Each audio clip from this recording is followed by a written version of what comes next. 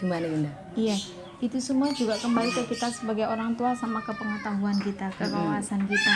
Jadi nggak cuma hanya akademisnya aja yang perlu kita terapkan untuk anak-anak, tapi juga penanaman dan pembiasaan karakter, kontrol emosional, dan agama.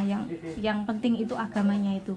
Karena anak dengan prestasi akademis yang luar biasa, yang hebat, mungkin tak tertandingi oleh anak-anak lain, belum tentu ketika bermasyarakat, terus kemudian bersosialisasi, ada akhlakul karimahnya, itu yang utama. Jadi mulai dari kita pembiasaan di lingkup rumah, apalagi yang di perkotaan, jadi agak terbatas sarana prasarananya. Mungkin dengan keterbatasan itu kita juga harus lebih kreatif lagi. Mungkin kita biasanya kan di rumah ada botol-botol minum bekas, atau mungkin di sekitar kita itu ada ruangan-ruangan yang cukup lengkap meskipun nggak luas ya Yunda.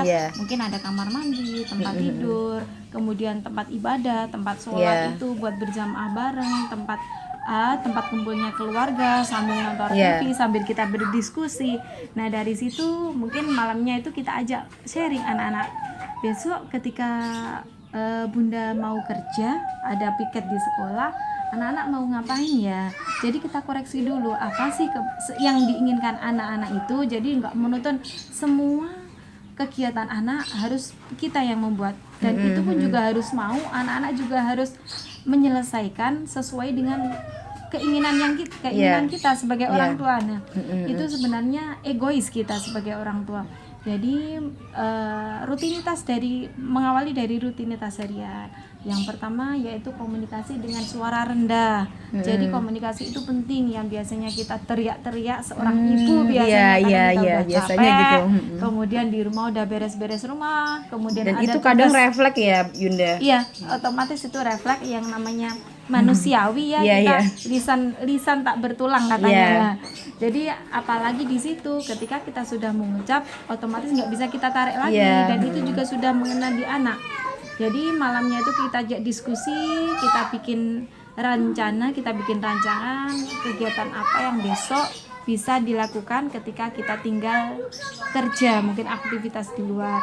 Kemudian juga kita harus memastikan kalau di rumah itu benar-benar aman. Dan selain itu juga untuk doa-doa harian, untuk agamanya itu juga harus kita biasakan.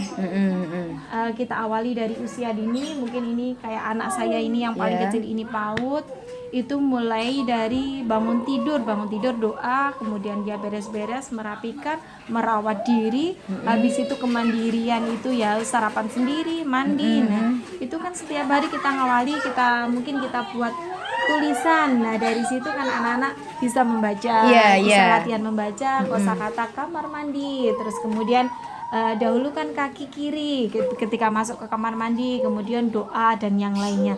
Jadi banyak hal yang bisa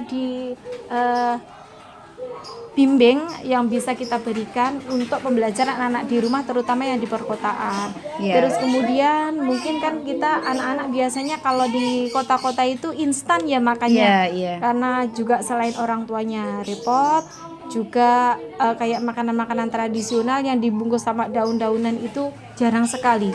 Jadi semuanya serba instan.